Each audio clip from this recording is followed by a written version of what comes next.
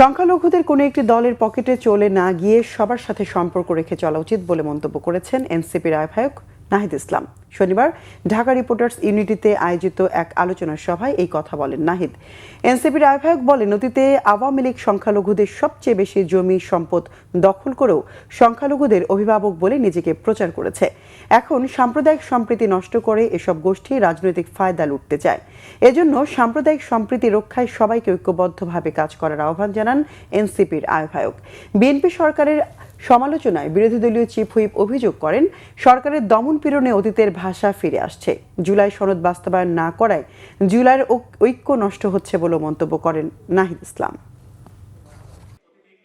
আমরা শুধু 16 বছরে গুম, খুন ইত্যাদির কথা বলতেছি, কিন্তু সাম্প্রদায়িক যেই ঘটনা হয়েছে সেগুলোর বিচারও যাতে নিশ্চিত করা হয় সেই দাবি আমরা উঠাচ্ছি আজকের এই জুলাই সম্প্রীতি সমাবেশ থেকে।